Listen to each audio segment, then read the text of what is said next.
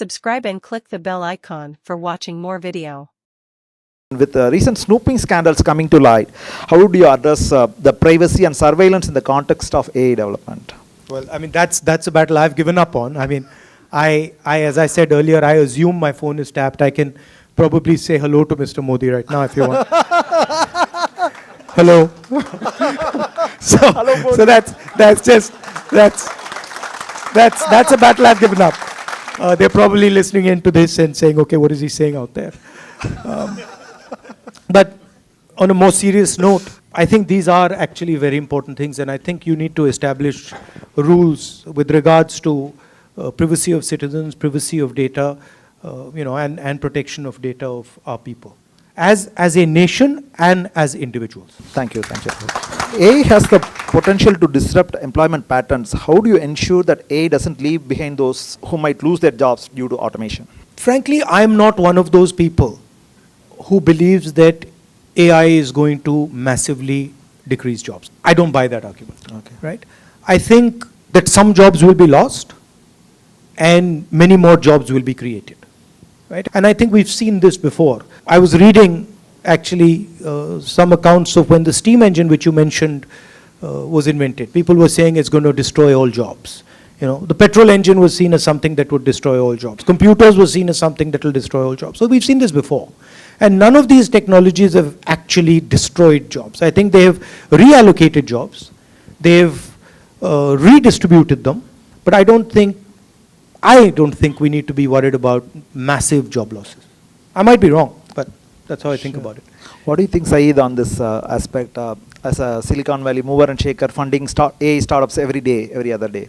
I believe I agree with the comments said, but I don't think this AI is as new as everybody says. Like someone said on the panel, the chatbot has been here for 30 years. I think this is a little smarter chatbot. And I think it will improve productivity. I think it will improve, like let's say if you have a team of 10 people to do a startup, you could accomplish more with the 10 people. In the realm of AI ethics, how do you balance the need for innovation with the responsibility to prevent biases and discrimination? What do you think, Rahul? Human beings don't have a very good record of being ethical.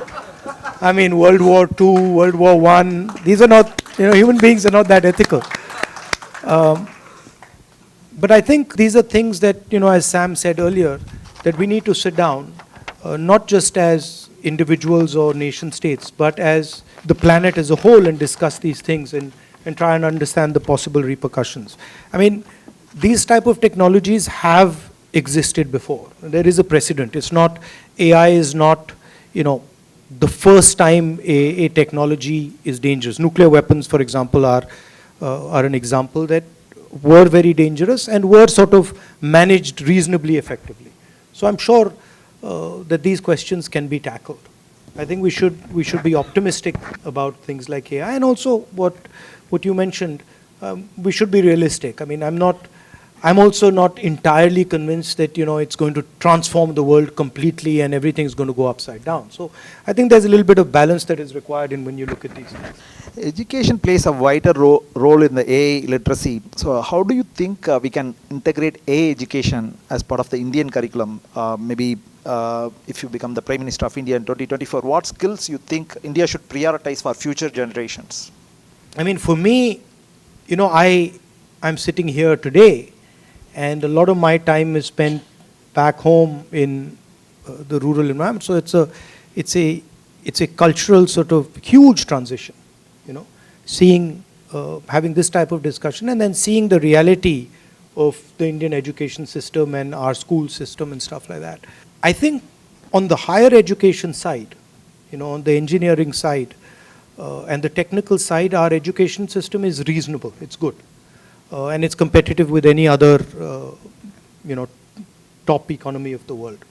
I think where a lot of work needs to be done is the sort of primary education, the secondary education, education for poorer people, weaker sections of society. I think that's where a lot of focus needs to be put. And then also I feel that India needs to think about production and manufacturing and the type of skills that go into production and manufacturing, which frankly we haven't paid as much attention as we should, and I think is almost as critical as the services. Maybe before moving to the last question, I want to ask one question to both of you. In the global artificial intelligence race, how would you position India as a leader while ensuring ethical and responsible development? Maybe Saeed. I think you mentioned it quite frankly. Technology can be very positive, and if you use it the wrong way, it can be very negative. Like cloning, you could say it has been controlled pretty well. And, gene technology the same way. So I really feel we would have enough discipline just to control the negative part of it and focus on the positive. That's all I can add. I think on the India and AI question, I think India and China have the largest data set on the planet. And I think any AI system is going to operate on that data. We have a huge resource. We have to understand what that resource is, and we have to make sure that we benefit from that resource. It's also very easy to dissipate that resource. So we have to think carefully about data, how we are going to utilize that data, who that data belongs to in terms of individuals, state, etc. So we have to do a lot of thinking along those lines. We need to make sure that we understand the repercussions of misusing or incorrect use of that data. Today, I don't think India as a country has quite understood the wealth of its own data. We don't really understand it, right?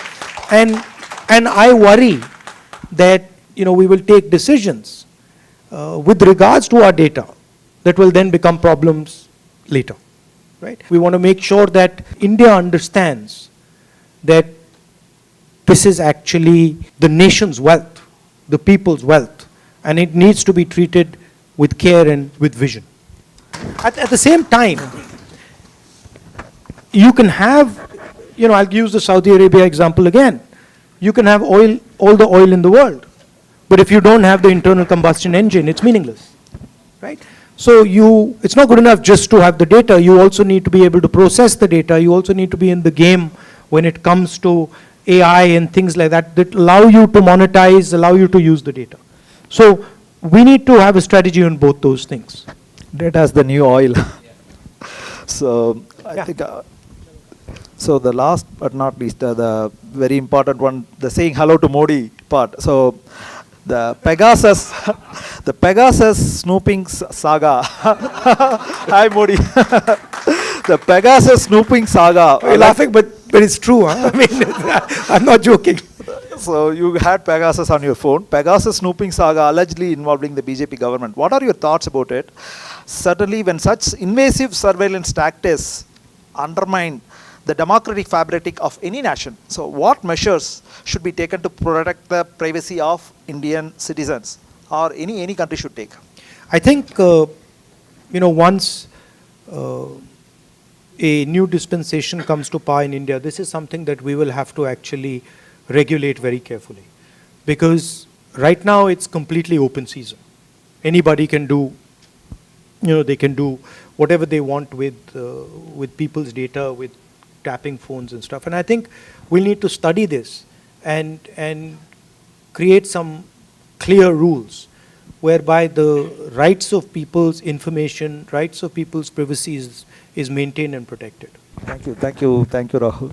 And in fact, as a summary, I want to tell Rahul's vision. With Rahul's vision, in the recent Karnataka government manifesto, they have included 1,000 crore fund for entrepreneurship, for particularly to help people of scheduled caste and tribe.